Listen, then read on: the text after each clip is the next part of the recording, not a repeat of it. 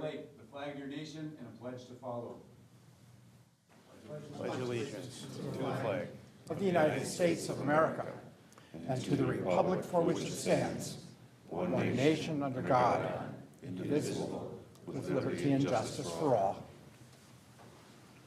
Order 2. Host colors.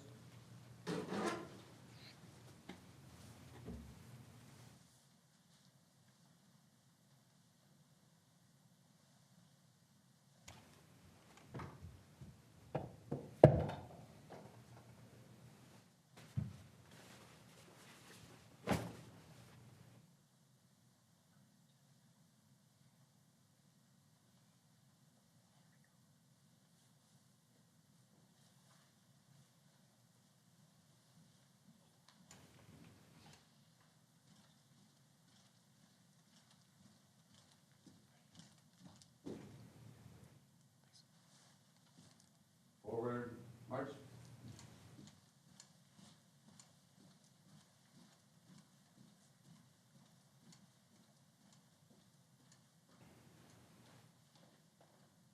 Please be seated.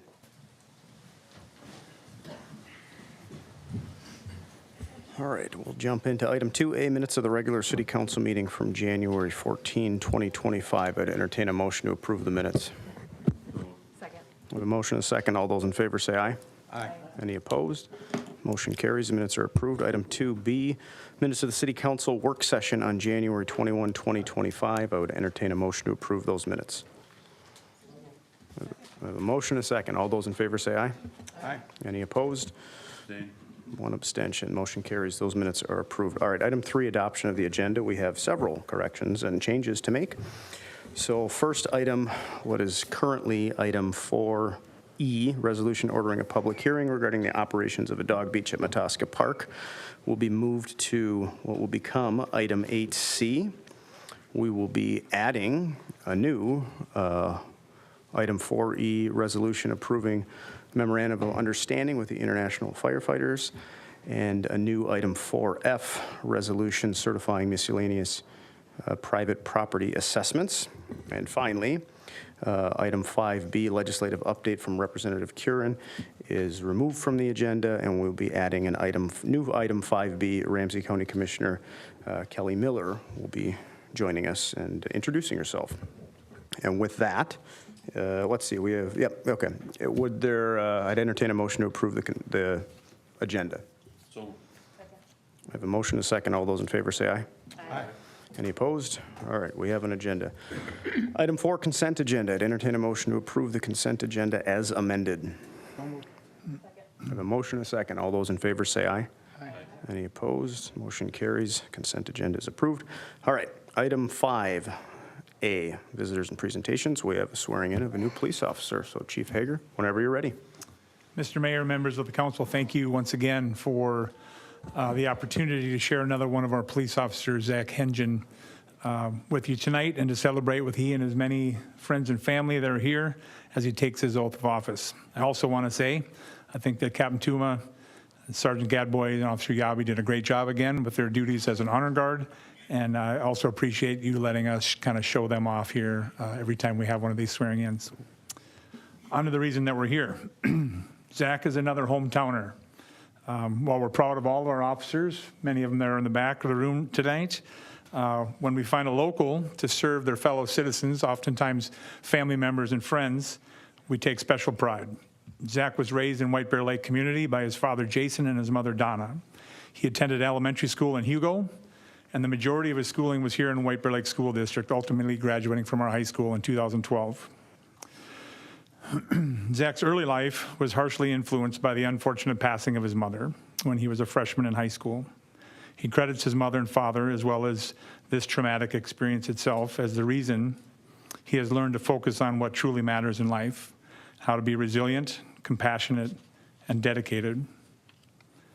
After high school, Zach started down a path that wasn't obviously aiming towards law enforcement. He began a 10-year career at Wilson Tool here just north of us in Hugo, where he was employed at full-time for 10, as I said, for 10 years. While working at Wilson Tool, he concentrated a lot on education. He attended Anoka Technical College. He enrolled in machine trades program, and he attended multiple continuing ed courses.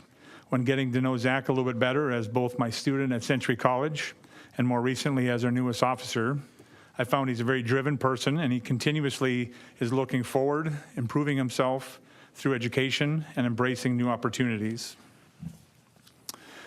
Even after the success that he had in the private sector, Zach still felt a deeper calling, which was to serve others and improve his community. He took it upon himself to investigate the potential cause of this calling, so he scheduled a ride-along with his hometown police department. In 2022, he rode along during a night shift with his friend and one of our newest officers and one of the people on honor guard tonight, Eddie Yabi. After which he started to pursue a new career and enrolled in Century College. In the spring of 2024, he finished at Century College. He spent the summer at Hennepin Tech for his skill training, and we were lucky enough to snatch him up this last September as our newest officer. He had a very active FTO experience over the fall. One of the incidents he was involved with earned him a unit award for his participation in a peaceful resolution of a very serious event at our high school. Zach completed FTO training with flying colors and had an unprecedented first day on patrol. I'll let him explain that all to you guys later.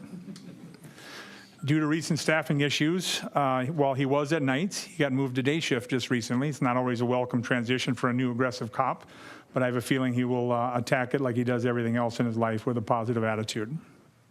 So tonight, as I said earlier, many of Zach's family members and friends are here to help us celebrate, including his father, Jason, who will be pinning on his badge very soon, his stepmother, Carla, his partner, Melanie, and of course, one of his stepdaughters, Gwen. Nolan wasn't able to make it tonight. So Zach, if you would please go up front and join our city clerk so she can issue the oath of office to you, after which your badge will be pinned on. Please raise your right hand and repeat after me.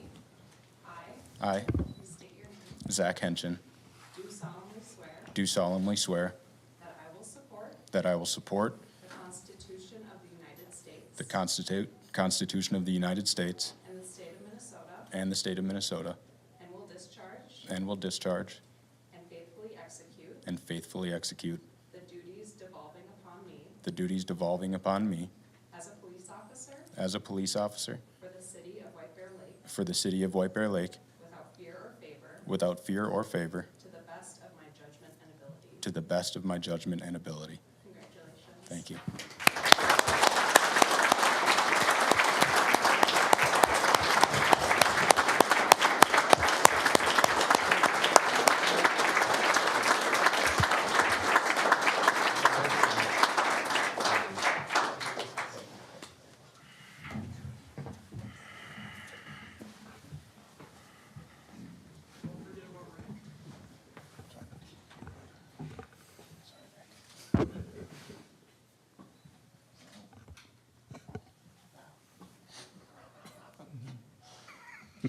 Cheaters.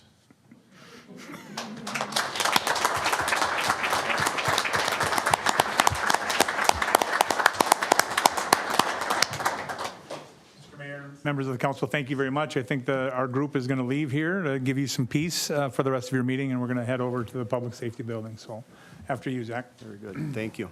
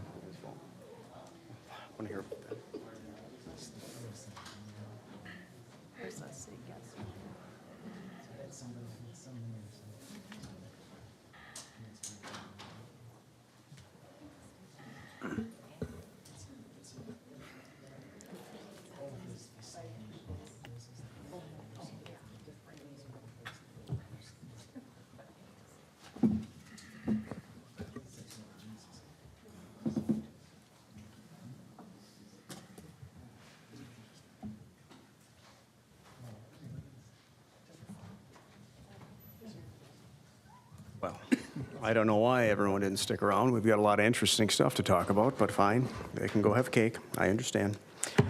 All right, item 5B, we're going to introduce our new Ramsey County Commissioner, Kelly Miller. So please step up and introduce yourself. Do you want me to turn this? Well, good evening, Bonjour. My name is Kelly Miller. Good evening, Mayor Lewis Smith. You got it. I Well did done. it, yes, and council members. My name is Kelly Miller. I'm the newly sworn-in Ramsey County Commissioner for District 7. And I'm honored to be here tonight in front of you. First and foremost, I want to express my excitement and about working alongside you to support White Bear Lake and ensure that our county and city relationships and partnerships they continue to be strong. Over the past several weeks, so I've only, week 3 right now. So over the past several weeks, I've been deep with the onboarding process, getting to know the county more, getting to know my committee appointments, and also getting up to speed on key initiatives. But as part of that process, I am going to reach out to each of you individually to request meetings to get to know you and your priorities and how I can help support White Bear Lake along the way. Like I said, I look forward to collaborating with each of you and ensuring that we're working together to serve the residents of White Bear Lake and the broader community of Ramsey County. Thank you for having me, and I'm happy to answer any questions. I will also introduce Kathleen Murphy. She is my principal aide, so if you ever need to get in contact or have any residents that have any concerns, please do not hesitate to reach out to our office. We're willing to help step in and help where we can at the county level. Yeah, that's it. Very good. Well, thank you for being here. We appreciate you giving us a little introduction. I don't have any questions. I do look forward to maybe grabbing coffee with you in the near future and chatting in substance. So I'll just offer my congratulations on your new position. And again, look forward to working with you. Yeah, thank you. Council, any questions? Councilmember Walsh. Well, thank you, Mr. Mayor. Welcome. What committees, what's your focus? What committees they put you on? Yeah, so I always joke about this. I am on the mosquito board. Okay. Which is great. Somebody has to do it. Somebody has to do it. So Commissioner Moran and I are on there, and I hear great things about it. I was already had to take a mosquito board oath, which was pretty exciting. White Bear Lake, we're anti-mosquito. Well, that's So good just- to know. just in I will case take it that comes in up. with me as I go into the meetings. I'm also on the Workforce Innovation Board, which is pretty exciting because that works directly with our business partners and helping drive the workforce. And also on the Ramsey County and Washington Recycling R&E Board. I'm an alternate on the JDA board, so the Rice Creek Commons project as well, and an alternate on the Purple Line and the Gold Line. So just a few boards. I have a full list of appointments that's on my website. I'm trying to get them all. But those are the key ones that are going to be keeping me very busy. All right, good. Yeah. Thank you. Great. All right. All Well, right. thank you again for being here. We Yes. appreciate you stopping by. Yep, thank you. Take care.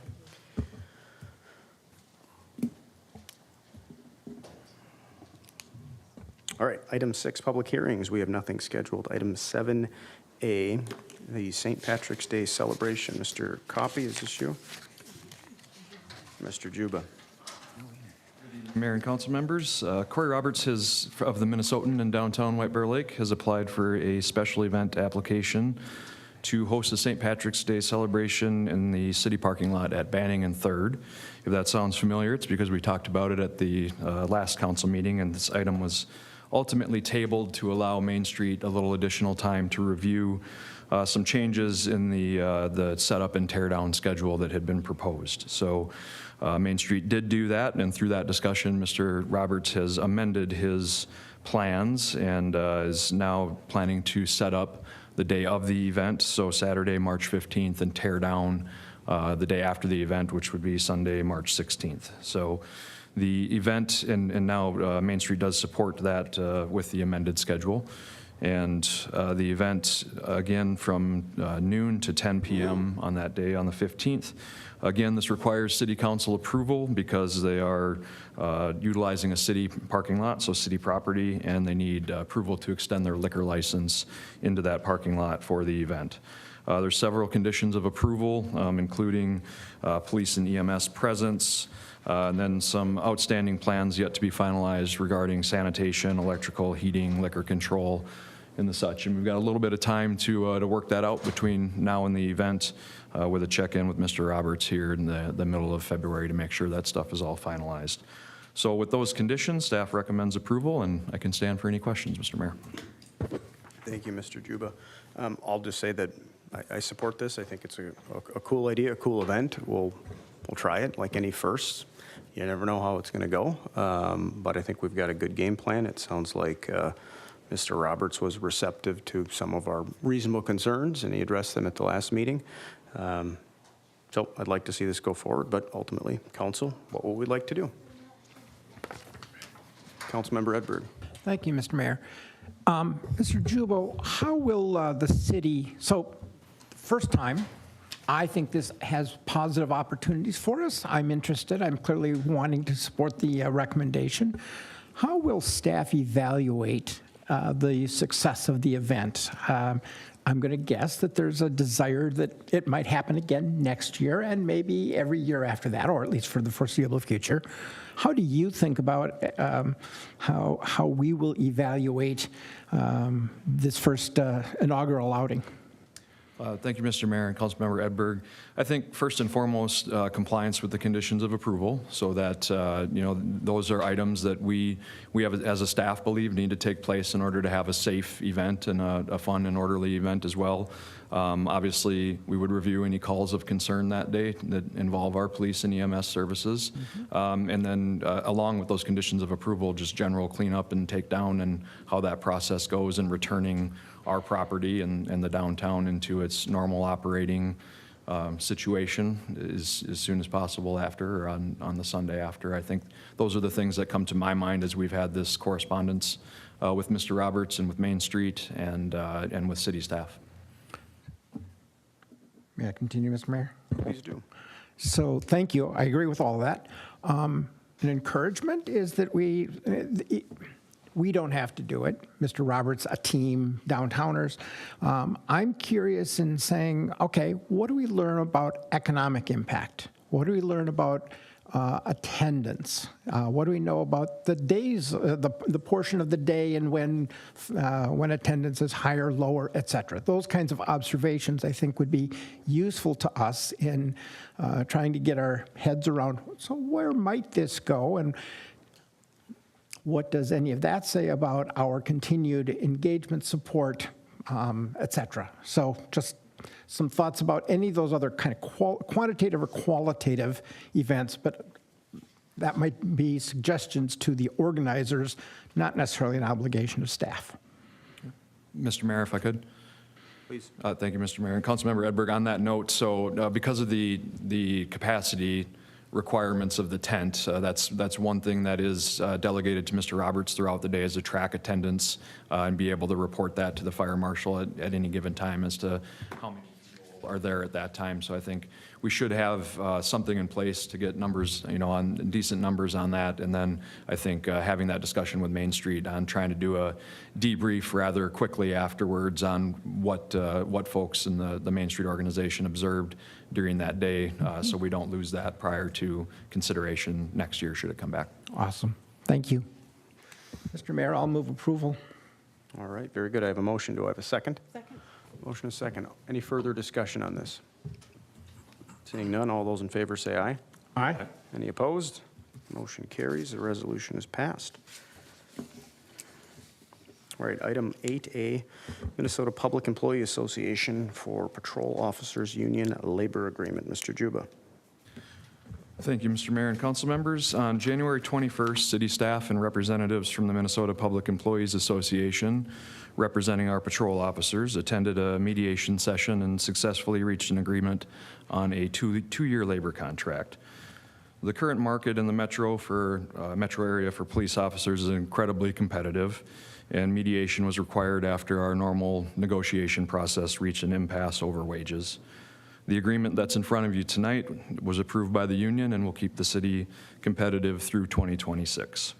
Some of the highlights of that agreement include matching the insurance premium increases and contributions to the rest of the city that have already been approved, increasing their holiday hours for patrol officers from 96 to 112, which is consistent with non-bargaining staff, Wages for 2025 include a 3% cost of living adjustment, a 4% market adjustment, and then regular step increases for the officers.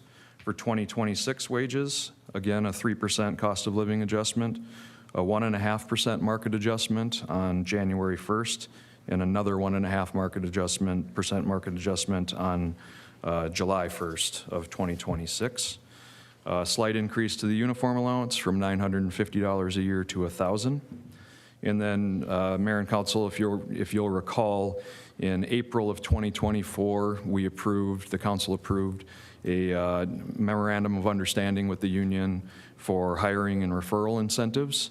That was put into place using public safety aid that the city had received and designated $36,000 to that program.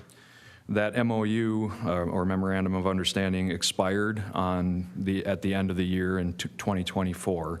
And the way that was set up was that it would expire upon exhaustion of the funds or the end of the year. So the end of the year came first, and there's still $18,000 of those designated funds remaining. And so part of this agreement is putting that memorandum of understanding back into action with the same sunset clause, that once the funds are exhausted, it would then be expired or the end of the year 2025. So those are the highlights of the contract that we have in front of you tonight. It's recommended for approval, and I can stand for questions. Thank you, Mr. Juba. So the first year increase is a total of 7%, and then in year two, it's a total of 6%, although the market adjustment is staggered 1.5% for the first half of the year, another 1.5%. So those are significant increases. I support those. I think our officers are more than well deserving of that, and I would hope that the council would move this forward. I would like to know, does that make us competitive? Where do we fall with other cities in terms of where this brings the current salaries for our officers? Thank you, Mayor and council members. This certainly makes us competitive, and that was obviously our goal was to stay within that range, right? The first year increases, I think, are well in line with all the like contracts that we compare to, and that lines up right kind of in the sweet spot where I think the mayor and council wants us to be. In 2026, that average or that range is a little less certain because there's not as many settled contracts, but from what we can see, yes, I believe it's a competitive contract, and as I said, the union voted to approve it, so I think both sides in this came out okay. Very good. So follow up on what you mentioned. There are other contracts that are not settled. Are those contracts in other cities that are tracking roughly with the same timeline as what our contract tracks? So sorry, Mr. Mayor, there's a good number of contracts, most of them that we compare to settled for 2025, and then from what we can see for 2026, yes, that I think that's still within line. Okay. I guess what I'm getting at is this one ultimately went to mediation, not terribly uncommon in the bargaining world. Are you seeing other cities that are, really grappling with this? There's, contracts can go one of two ways. You kind of get there relatively quick. This one was maybe a little more drawn out. Are we sort of on par with other cities that these contracts maybe have been a little bit longer in terms of slogging through the negotiation and getting to a ratified CBA? Thank you, Mayor and council members. I know everybody's has been grappling just with the market, and so some of them have taken a little while. The number that have gone to mediation, I'm not certain. I am certain in the results because we get to see those, and the market adjustments and percentages that we landed at have been fairly common what's being settled. Great, thank you. Council, any questions for Mr. Juba? Or would someone like to move the approval of the resolution before us? So moved. I have a motion to it. Motion and a second. Any further discussion on this? Seeing none, all those in favor say aye. Aye. Any opposed? Motion carries and the resolution is approved. All right, item 8B, the 2025 legislative priority agenda. Ms. Crawford. Thank you, Mayor, members of the council. Beginning in 2021, the City Council has annually adopted a legislative priorities agenda. And the 2024 agenda we talked about at a work session on January 21st. It moved forward with some success following a lot of hard work by the mayor and council and staff and building rapport with our then newly elected officials, area legislators. As I just said, you met on January 21 to review potential legislative priorities for the upcoming year and requested that the following, what I'll say, be brought back for further consideration tonight. So in your packet is a narrative kind of explaining all of the proposed legislative priorities agenda, but I will just list the 5 that we have brought back. And they include, or they are, opposed legislation that would limit or preempt local government zoning authority, support legislation to allow chief law enforcement officers the ability to access the National Crime History Database, support legislation support legislation providing funding for law enforcement training, oppose legislation that would allow for a single stairway in a multifamily residential building, support legislation providing funding assistance for building capacity for urban forest management and meeting the cost of preparing for and responding to emerald ash borer. The city is part of the League of Minnesota Cities as well as Metro Cities, and both of those organizations also create their own legislative priorities agenda. Most of ours, if not all, really do align with either one or both of those organizations. So, as well as with the Chiefs of Police Association, the Fire Chiefs Association, and those things. So, with that, I can stand for any questions. Thank you, Ms. Crawford. Council, any questions? Seeing none, I'd entertain a motion to approve the resolution before us. So moved. Do I have a second? Second. Any further discussion on this? Seeing none, all those in favor say aye. Aye. Any opposed? Motion carries, the resolution passes. All right. Item 8C, resolution ordering a public hearing to receive public feedback regarding the operation of the dog beach at Mataska Park. Mr. Copy. Mayor, members of the council, so before you tonight, we have, as the mayor stated, a memo and resolution to order a public hearing as directed, or as council directed staff at the November 2024 workshop, where we had discussions on the dog beach. And this would provide that opportunity for the public to weigh the pros and cons, the fors and against for the dog beach, and allow council to be educated on what the community wants and make a decision how to move forward with the dog beach for future years. I'd be happy to answer any questions you have. Thank you, Mr. Copy. I don't have any questions. I'll just say, in the 3 years now that I've been mayor, I have not received more emails or phone calls than this issue right here. Rightfully so. People are passionate about it on both sides. So we have been working through this for many, many years, long before I was the mayor. We dealt with this issue when I was on the Park Commission for 5 years. And it's gone kind of back and forth, and we've tried through trial and error for many, many years to make incremental improvements.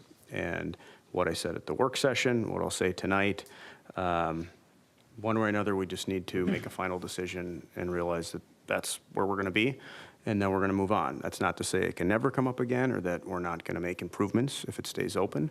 But the point of bringing this up in a somewhat uncharacteristic fashion on an agenda, letting the public know that about a month from now we're going to have a public hearing on it, is so that it gets published in the White Bear Press and that people feel like they have ample notice to come to a public hearing, be heard, voice their opposition to it or their support of keeping it open. We're going to have a good dialogue on it. I'm confident that staff is going to come prepared with the additional information that we need, as well as the park board, and we'll ultimately make a decision.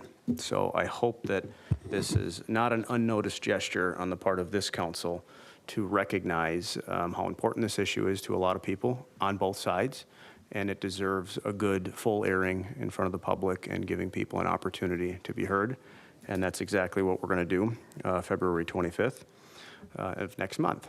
So with that, council, any questions for Mr. Copy or comments on this? Councilmember Edberg. Thank you, Mr. Mayor. So I was the council member that asked that the item be pulled from consent. I support the calling of a hearing as the resolution does. My reason for asking for this to be taken from consent is I request that this council direct staff and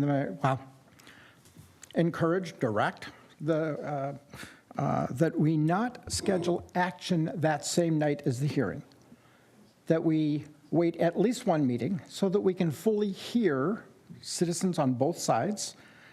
If there are any questions of fact or history that are raised, we have opportunities to receive that information, and that we have time to fully reflect as council members on what we've heard, and that we come back and make that decision or take up that action if we choose to at a subsequent meeting, but not at that night. And if that is amenable to the council, I don't know that we need a motion on that, but if there's opposition to that, then I guess we need to have a little more conversation. But that would be my request. I'm open to what the council has to do. My knee-jerk reaction is I don't think it's necessary. Having said that, whether we approve it, whether we take an action at the meeting or not, anyone's free to make a motion to table this to the next meeting or whenever they'd like. But I'm open to discussion on the council. My only concern with that approach, although I think there are valid points in doing so, is one, we're giving people a month notice to show up at this meeting. Two, this has gone on for many, many, many years. And then three, it always inevitably leaves the risk of, when we're taking action on something, the misconception that that is another opportunity to speak to the council, which it won't be. We're not going to have two public hearings. So those are my concerns. Having said all that, I don't feel that strongly one way or another if the council sees value in only holding public hearing and then having a couple weeks to gather more intel and reflect on it. I won't stand in the way. So council, any thoughts on Councilmember Edberg's proposal? Councilmember Walsh. Well, I don't know. My initial reaction was it's a good idea. The only thing I'd say is a lot of times when people come to a public meeting and they're heard, if they walk away with no decision, it's sort of frustrating. It's like, well, was I heard? Did they listen to me? I don't know. They're not going to vote until 2 weeks from now. I'm not coming back. Maybe I'll watch it on the TV, read about it in the paper. So I don't know. That's the only thing. Do you want to give people finality, that night? That might be a reason not to do that. But like I said, I don't feel strongly. But we're not in any hurry on this decision either. So maybe we just kind of go with how we feel that night. But I mean then the question would be like, when do we have a discussion? I guess we could listen. That's the other thing. It's like when people speak in a public meeting and then there's no reaction, that's also kind of, I don't think, very good sometimes. A lot of public bodies around the state do that, where they have a public meeting and then there's no reaction. So you get no feedback, from the elected officials, which I don't think is the best either. So maybe we should have some discussion at least, after the public meeting so we can show that we were listening and react. And then maybe, hold the vote for another couple of weeks, get more input. So I'm rambling on. We're not giving any really good advice, except that I feel strongly on both sides of the issue. Okay, thank you for that vanilla approach to this issue. A question for Councilmember Edberg. It's not a gotcha question. I honestly want to know, what do you think would change your mind, or what would prevent you from feeling like you're fully informed after the public hearing and then after us discussing at the dais? I mean, we don't put time limits on anything, so if we want to sit up here for 2 hours and debate it, we're welcome to do that. So that's my question. What do you? Yeah. A few observations. Number one, there is no state law, there's no ordinance, there's no written council policy that says we have to vote on the same night that we hold a hearing. That is the judgment, and frankly, it's the judgment of the council. We get to decide the council's agenda. So I would say that for me, I expect that this decision is not going to be unanimous either way. I have no sense of where that center of gravity is. I sometimes walk away from some of from our hearings that people perceive that they are not being heard because we come in with our minds made up. And it's a playful counterpoint to Councilmember Walsh's point, which is as valid as mine, okay? And that this item, because it is so contentious on both sides, and there are good and honest reasons on both sides for whatever that outcome might be. I personally don't know what I want to do. And I want to be able to sure that I am able to make that vote, knowing that I've heard, listened, pondered, analyzed what I've heard at the hearing. I don't know that we're going to hear anything different. I'm not clear that we're going to get questions that we can't answer that night. But I want to give us the chance to say to our community, we listened, we asked, we thought, and then we come back and we take up that action at our subsequent meeting. And I would be happy to defer to the mayor and the city manager in terms of how they schedule that, whether it's the next meeting or whatever. Certainly before ice out, before the park seasons get active. But I would defer to your judgment on when to schedule that. But that's where I'm coming down. Okay. My only comment on the process, if the council wants to go that route, is my recommendation tonight with this resolution is for us to decide on a date certain, whether it's the next meeting a month later, for when the action item will come on, just in the interest of fair notice so that, because it will get misinterpreted that if we have a public hearing that there will be a decision made. And if we're going to signal that to the community, I'd also like to signal, and also it's going to be a different date where we're actually going to make a decision on that, just in the interest of making sure people are fully understanding what the process is going to be. And I personally have no issue with that at all. I would be totally comfortable. So I don't know what is already teed up for the following, it would be the first council meeting in March. I don't know what that agenda looks like yet. So I don't know, how many other things we've got. I'm going to guess it's not all that long, but maybe, I don't know. But I would have no difficulty saying discussion in February, action first meeting in March. And we can communicate that in advance so that we can help set expectation about listen, reflect, act, and date certain.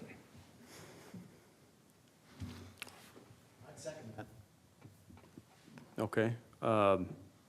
We've heard from two. Anyone else have strong opinions, one way or the other, on process and when we actually take action, one way or the other? And I'll put it this way, if there aren't strong opposition to what was just suggested, then I think that's the route we'll go. I would entertain a motion to amend the resolution before us that would, I think it's March 11th is the first council meeting in March. The motion can be in the form of another whereas that lets the community know that we'll be taking action on this at the March 11th city council meeting. Would anyone like to make that motion? Councilmember Edberg. So before we make that motion, my understanding is that the last action we took requires a majority vote to overturn. I may be wrong on that. There might be a different interpretation, but when we last acted, my understanding of that resolution was the dog beach is open, and it was not conditional. It is open until the council decides otherwise. Now, the question might be, if there is I think it's wise for the council to actually take up an issue and vote. We've had lots of conversation. We should settle it with a vote. So I'm not trying to duck the decision. I just note no action is an action.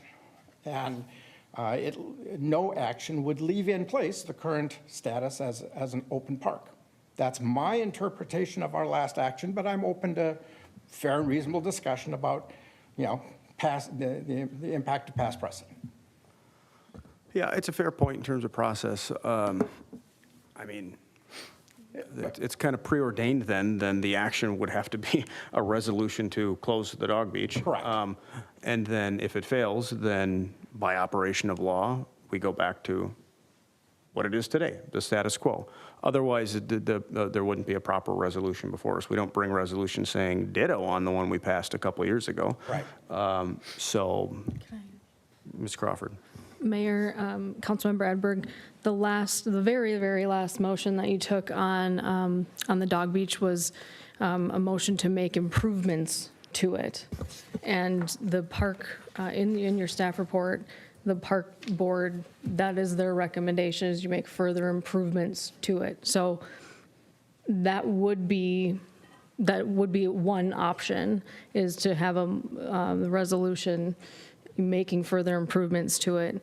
This could be, another reason why it would be a good idea to hear the public hearing, or have the public hearing, and then maybe comment back to staff on which direction, or to bring both resolutions. And then you take one, this is what we've been wrestling with internally at the staff level, is how do we handle this?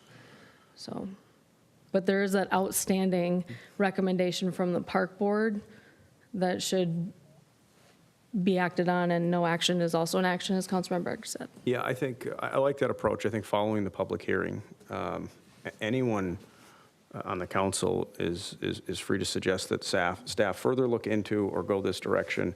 And I'm amenable to bringing two resolutions that are in conflict with each other, knowing that one will prevail and one won't. And one can be, we're going to close the dog beach. And the other one can be, keep it open with maybe improvements. And that's maybe something we can glean from the public hearing, because I suspect, if it's the will of the council to keep it open, there inevitably will be some modification to the improvements that we made. I could be wrong, but that lends itself to a resolution that does then modify the previous resolution that put certain restrictions, rules, different things. And I think that actually is going to be the recommendation in the memo of staff, and then certainly the Park Commission, that if we do keep it open, they are recommending changes. So if the council is agreeable to that, we wait. For purposes of this resolution, it will be, we are taking action. I don't know how we word that, but we will put whatever you want in this resolution. We're deciding the fate of the dog beach on March 11th, good, bad, or otherwise, so that the public is aware of the process. And then we wait until following the public hearing. Councilmember Edberg. Thank you, Mr. Mayor. So we're dealing in a world of hypotheticals, and there's multiple options. I would bifurcate the question about further investment and the Park Commission's discussion. I don't see a need for us to deal with that on March 11th. I think we should first have the motion to, are we going to close? And I think that is the proper motion to be made and voted up or down. We can deal later with a financial conversation. I don't feel a need to wrestle with that at the same time. There are other budgetary issues that we have to wrestle with over the course of the year and preparations. I'd like to get clarity around, do we see the necessity of keeping the park open or closing it? That needs to happen, and I think that should happen on March 11th. I don't feel a need to take up and dive into that and prepare for the conversation about budgetary expenditures at the same time. We haven't had that discussion. We've had no, well, not in the memo. Yeah, I'm not interested. I don't see the need to complicate the conversation that we have. We will have those discussions, and we can have them at any time we want. Yeah, I mean, that's fair. There's no right or wrong to this. I guess I would take a different approach, and here's why. Okay.